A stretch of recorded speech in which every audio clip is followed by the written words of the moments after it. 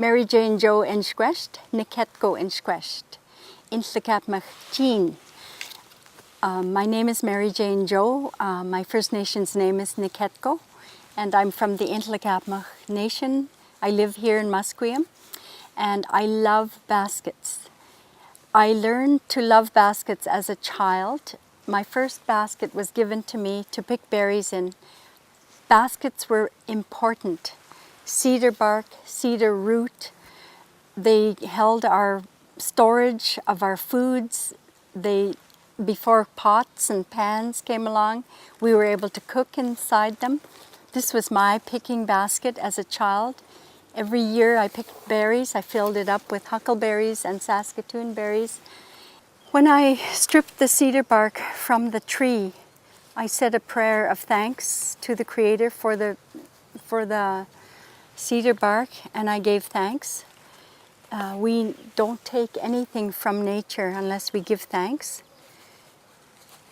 It's not like asking permission, but it's like acknowledging that everything is in nature is meant for us to use in a good way, and to always give thanks and to always appreciate everything that we get from nature. Cedar bark basket weaving, in my language, it's Huiken Juum Dik Lakui, and that Lakui means cedar bark basket, and Huiken Juum means I am going to make, or I'm going to work on a cedar bark basket. They picked the roots and they coiled it, and it was so tightly done that it held water. Baskets were so important to us in the past. Cedar bark was always so important for our way of life in the past. Everything came from cedar. Was the canoe, the way to travel, the feast dishes, what we eat, the mats that we made. Our people made mats here on the coast and up in the interior. You know, there's so much aspects to our culture that is wonderful and interesting and exciting for the kids to learn in this day and age.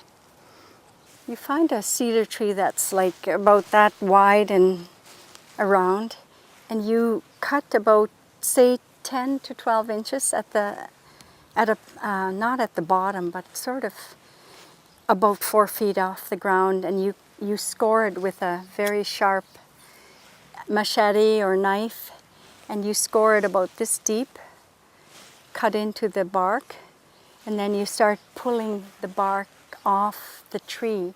This is when the sap is running between April to even June, July. So there, it's more or less finished. There you have it.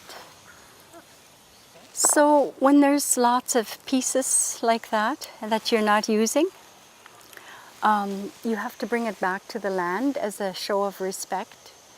You know, you can't just throw it in the garbage, but you have to bring it back to the land and give thanks to the Creator for, you know, allowing us to make use of this beautiful material.